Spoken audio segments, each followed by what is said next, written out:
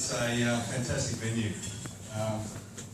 What a place, and we thank the staff and everyone here who's organised this wedding. It's been so far a sensation for me, and I'll try to keep my emotions to a minimum. Being father of the bride gives me a first tilt at the speeches.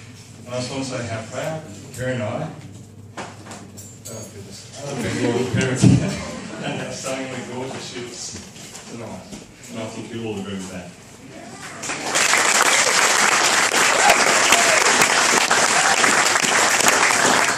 I also want to thank the lovely bridesmaids. Don't they look just fantastic?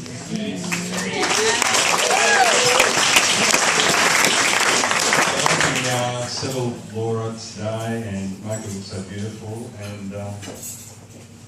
And also I want to thank the guys who I met, a few of them only at Buxton, and really I was trying to just calm them down and down the garden path. But it was great fun, and it's great to get to know some of Bamsi's great friends or good mates, and he's got a good group. Two weddings. It would be remiss of me not to mention the joy that we felt at the Indian wedding in Adelaide 2 weeks ago. Jyoti spent countless hours preparing that ceremony, and she had lots of help from her many friends in Adelaide.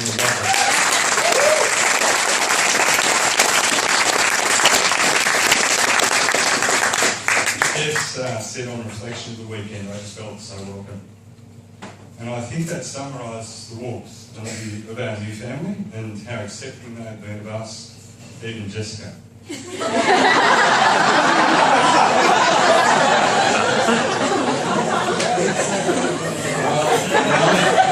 Morale commented to me last night, no one's drinking under the table for a long time, but you did it. We corresponded and were overjoyed to have Bamsi and his family becoming part of our family. So it's really been a great experience for us all. I did ask Jess to tell me something funny about Laura. And I understand that Jess and Laura used to fight a lot when they were kids. So she thought for a little while, and she came up with when she pulled Laura's hair out. And I said, no, that wasn't funny, Jess. That was really inside the send your boy. So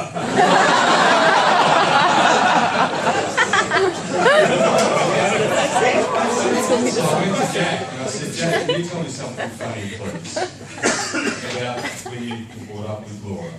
And he came up at the time he knocked Laura's two front teeth out with a tennis racket when we were in England for a year. And I said, that's okay, son, that wasn't really your fault. Her teeth at the time were very prominent.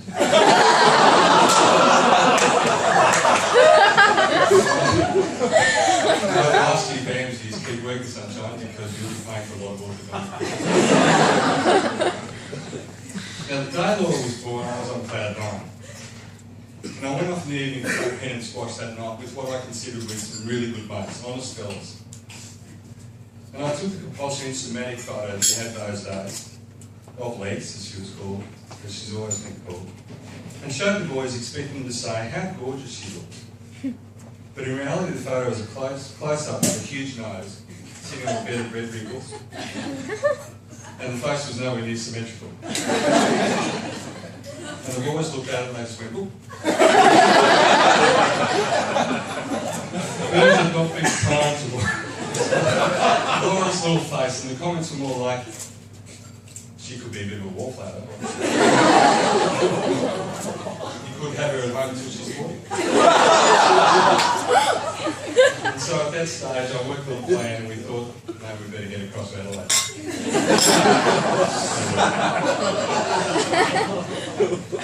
In reality, she grew up to be a beautiful girl with a smile that just lights up the room. She never did so much wrong, really needing a reprimand. She was very neat and tidy, and somewhat of a perfectionist, intended to take things very literally throughout her childhood. And I'll explain the story. Laura's about 6. I'm downstairs in our old house in Red Hill.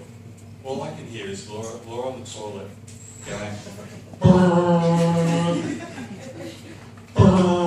with a toilet roll. I thought, goodness. goodness gracious me. I'm a little bit tight. I ran up and I said, Laura, it's 2 pieces. It suffice.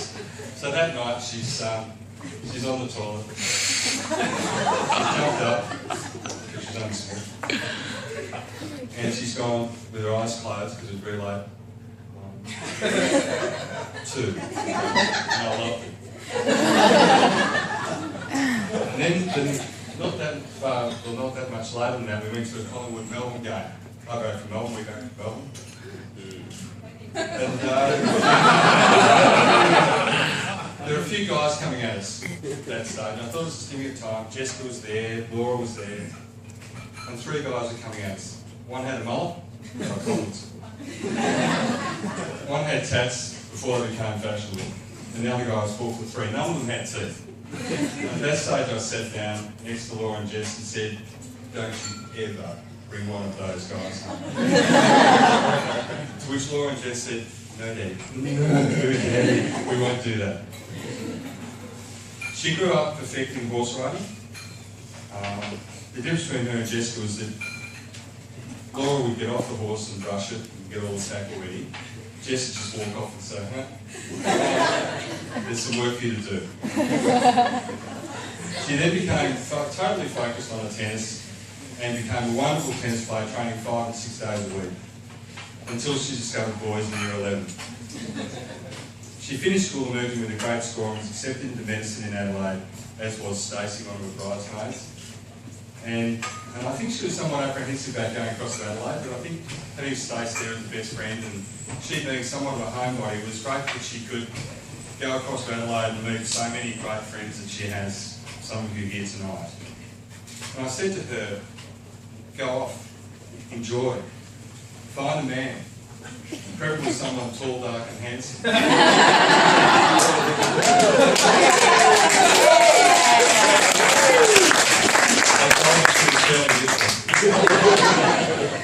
And how they met, it was explained today during the wedding ceremony how they met. I've got my own tilt on that one. They knew each other through medicine a little bit, but they only started going out after Laura did that rotation where Vamsy was the senior and Laura was a student.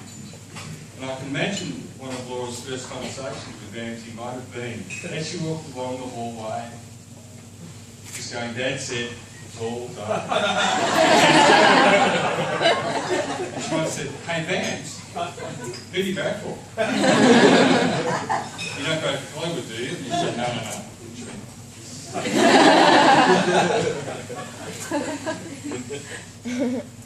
Throughout medicine, there were some significant and defining moments when she went overseas, volunteering with Papua New Guinea, working the Highlands, and even more significantly doing a 6-week voluntary stint in obstetrics in Malawi in South Africa. These experiences helped define Laura will see each day. For her, especially, Africa was life-changing, and I think the trip consolidated her love for obstetrics.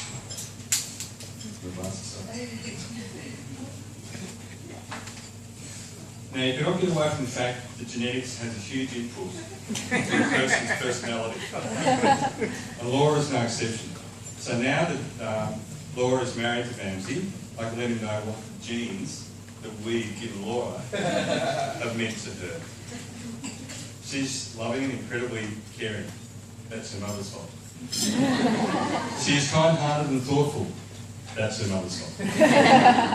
She's smart, she loves a joke, and laughs out loud. That's her mother's fault. She's extremely competitive in sport, and can sometimes sulk when she loses. Sorry. She can be a little anxious at times, and that's rubbed off on me. She's gobsmackingly pretty. That's definitely her mother's fault. She can worry more than she needs to about money, and sometimes sweats the small stuff. Sorry. But in all seriousness, it's been a huge and joyous thing to be able to give Laura a wakes up. All fathers hope their daughter will find a reliable, considerate, and fun-loving partner that will make her secure and happy in life. Laura chose Vamsy. I'm ecstatic that Vamsy is my new son-in-law. He's kind and very giving and is very relaxed. and is generally a great bloke, and we get on very well. I know he will take care of Laura and be a fantastic husband and father in the future, and we welcome Vamsy into our family. Now, I just want to tell you a little story. You know how spoiled Jothi is with Vams. We've been doing a little bit of work around the house for brunch tomorrow, and we went yesterday to move a very heavy pot with plants in it. And so Kerry's going to Vamsy, and I'm lifting the pot as well. Watch your back, watch your back. I'm going.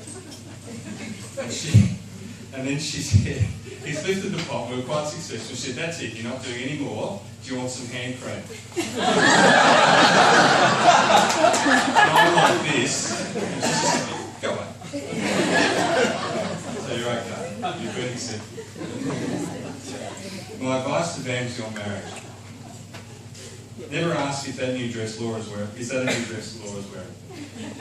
When you should know full well she's had it for 3 years and worn it 12 times. Avoid shoe shops. Actually avoid shopping with your wife, period. Be happy wearing pink socks to the gym. And finally, which asks, how did that meal taste, darling?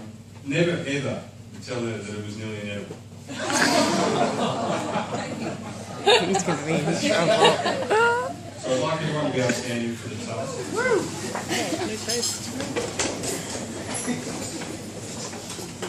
Well, I'd like to propose a toast to the bride and groom.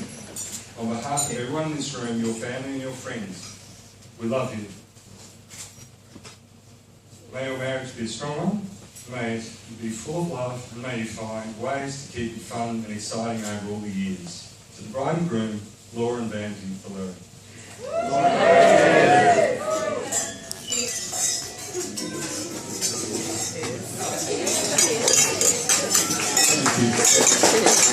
Thank you.